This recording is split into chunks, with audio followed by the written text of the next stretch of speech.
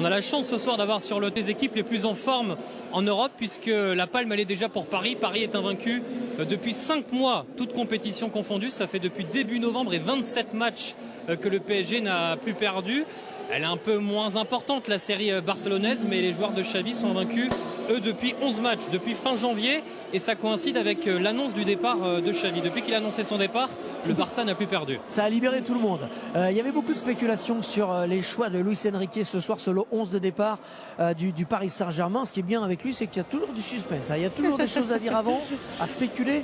Et il y a toujours des choses à dire après. Paul, Habib, vous allez nous révéler les choix de l'entraîneur parisien. Il y a encore des choses qui vont faire parler.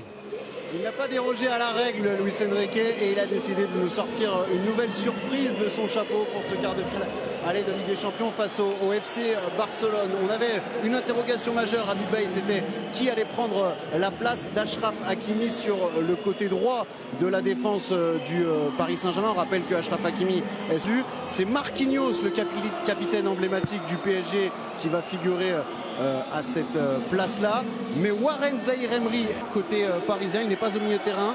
Ce qui nous donne un milieu Vitinha, Kanguinli et Fabian Ruiz. Et devant, Marco Asensio est titularisé en pointe, en faux neuf, avec Mbappé sur le côté gauche et Dembélé sur le côté droit. Oui, toujours avec une volonté de ne pas avoir un numéro 9 qui apporte de la profondeur, mais surtout qui est capable de décrocher. Ce qu'Enrique a dans ce match-là, c'est qu'on a un milieu de terrain du côté du Barça qui n'est pas un milieu terrain athlétiquement impactant. Donc il peut se permettre de rivaliser sur l'aspect technique. Donc c'est pour ça qu'on voit aussi éventuellement Kanguinli. Il faudra être observé vraiment si Kanguinli est au milieu de terrain ou est-ce que c'est Asensio, parce qu'on a déjà vu Asensio en tant que relayeur. Mais c'est très intéressant de voir ce que Luis Enrique tente dans ce match-là avec une équipe qui est très offensive quand on la regarde. On va encore nourrir le débat, Hervé.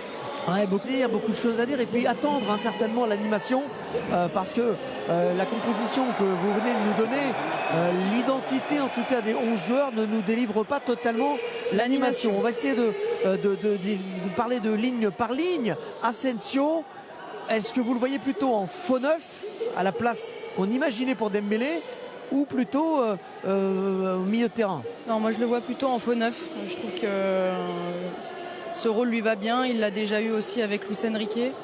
Il est capable de mettre du lien entre le milieu de terrain attaquant et surtout il est capable de décrocher pour envoyer en orbite les deux flèches Mbappé et Dembélé sur les côtés. C'est comme ça que vous le voyez également, David et Samir?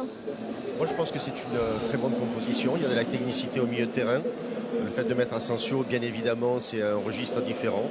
Et en sachant que sur les côtés, on va mettre de la vitesse. Je crois qu'il y a une recherche de complémentarité justement par rapport à la possession de balle que le Paris Saint-Germain veut au Barça. Donc si Asensio est neuf ou faux neuf, ça veut dire que Lee est au milieu de terrain, hein. Oui, pour moi, oui. Après, en début de saison, il utilisait souvent dans cette zone-là et ça marchait plutôt bien avant sa blessure. Maintenant, sur les dernières semaines, on a beaucoup vu Dembélé dans l'axe. Je pense qu'il faudra attendre les premières minutes pour voir vraiment l'animation offensive et voir quelle faiblesse il a identifié du côté de Barcelone. Mais pour moi, ce qui ferait le plus attention en faux numéro 9 et Dembélé sur le côté droit pour le travail défensif, pour bloquer un petit peu Cancelo. Et en animation offensive, c'est aussi possible que quand Mendy se trouve à droite et qu'il passe en 4-2-4. Il nous habitue à tellement de choses qu'on ne sait pas. Ouais. Ce soir, c'est ça en fait. On a sur tout ce que Luis Enrique aime et travaille depuis le début de la saison. C'est des joueurs interchangeables qui peuvent permuter à tout moment. Donc ça se trouve, on va voir Dembélé faux neuf moment. Ensuite, ce sera Asensio, Lee sur un côté, Lee au milieu de terrain. Tout est possible avec lui et ça va aussi créer une certitude chez l'adversaire. C'est ça aussi qui est important à chaque fois dans ses compositions d'équipe. En tout cas, une chose, c'est sur sa compo et sur ses choix d'hommes, il affiche ses ambitions. Il veut avoir le ballon parce qu'il y a des joueurs, à vocation offensive. Et je pense qu'il va avoir vraiment la possession du ballon ce soir. Elle est beaucoup moins lisible, cette équipe du Paris Saint-Germain cette saison. Pour les observateurs comme nous et pour les adversaires, ça c'est plutôt une bonne nouvelle. Derrière, Marquinhos, donc plutôt côté droit. On s'est dit Warren Zaïre-Emery pourrait jouer arrière droit. Il ne joue ni arrière droit ni milieu de terrain. Il est sur le... Il a choisi Marquinhos aussi pour déjà la sécurité. Parce que je pense que c'est un défenseur qui peut jouer à droite et aussi dans l'axe. Et on va voir dans l'animation, ça aussi, ça va être intéressant de voir pendant le match. Si il n'y a pas une défense avec Lucas Hernandez, Beraldo et Marquinhos et Nuno Mendes qui devraient monter d'un cran dans le couloir. Après, dans le couloir droit, je pense que c'est tout ce qu'on a dit, c'est qu'il va y avoir beaucoup de permutations. Parfois, il va y avoir Dembélé, parfois, il va y avoir Kanguinli. Il peut y avoir aussi Asensio, donc tout est possible. Hola. Hola. Hola. Hola, ¿qué tal? Voilà, Xavi nous joint. Bonjour Xavi, merci d'être avec nous. Everybody seems to be happy to play this game. Are you as happy than Luis? Yes, I met Luis right now. And Oui, also j'ai Rafael rencontré Paul, Luis maintenant.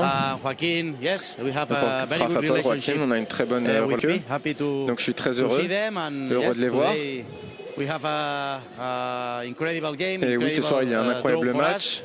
But I C'est un think we are incroyable ready to tirage, compete. mais je pense qu'on We est are prêt Barca, and we need to jouer. show On our est le Barça, on personality, doit montrer notre our personnalité, best level. notre meilleur In niveau. front, we have a really difficult Et en team, face, on a un adversaire très especially with Luis difficile, Enrique, because surtout they are avec very Luis intense and Enrique, very parce qu'ils aggressive, mettent beaucoup but we d'intensité, are ready. d'agressivité. We are ready to compete. Mais je pense qu'on est prêt à être compétitif. We know that the two teams like to have the ball. Is it the key for you, the possession of the ball tonight? Est-ce que la possession du ballon est la clé ce soir pour vous? Yes, one of the key points. Oui, c'est une des clés. We think that we need to Je pense qu'on doit se créer des occasions, avoir le ballon, montrer de la personnalité, avoir le ballon. They will press high 90 minutes. Ils vont This presser is Luis très haut Enrique style.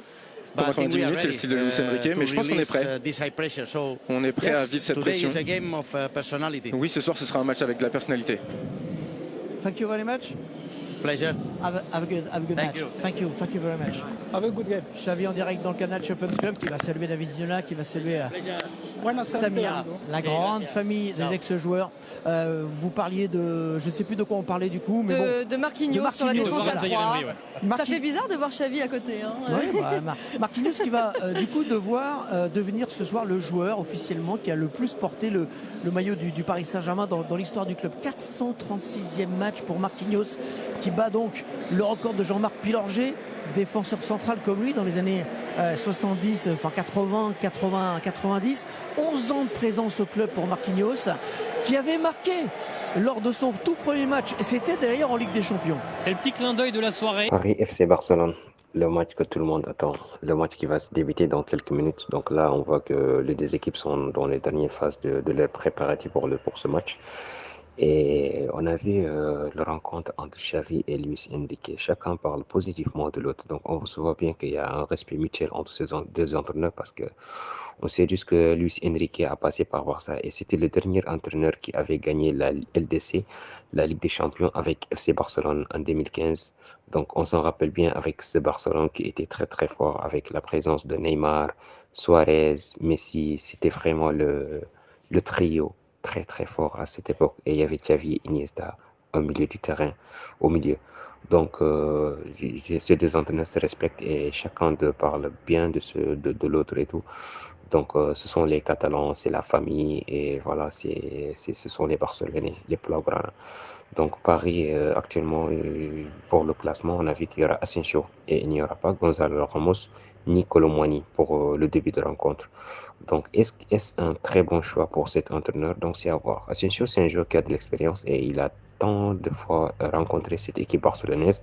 Il a rencontré cette équipe Barça quand il était au Real Madrid et on sait tous qu'Asensio c'était vraiment un joueur qui faisait régaler avec ses tirs de loin et tout. Donc c'est un joueur qui a une puissance frappe énorme.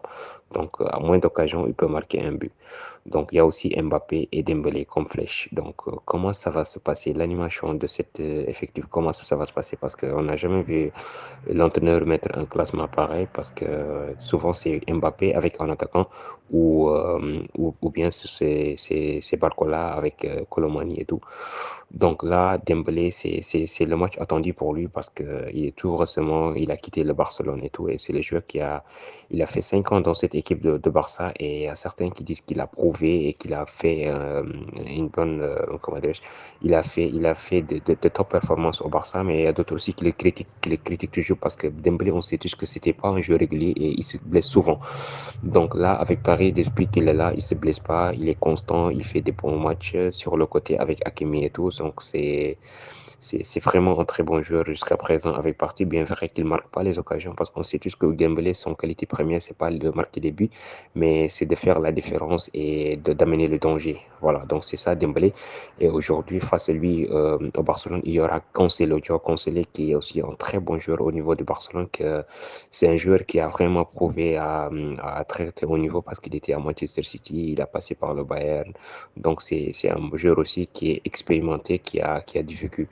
Donc aujourd'hui, ça ne sera pas facile pour lui, certes, parce que Dembélé, c'est un jeu très très rapide. On sait qu'Ancel aussi, c'est un jeu rapide et technique aussi.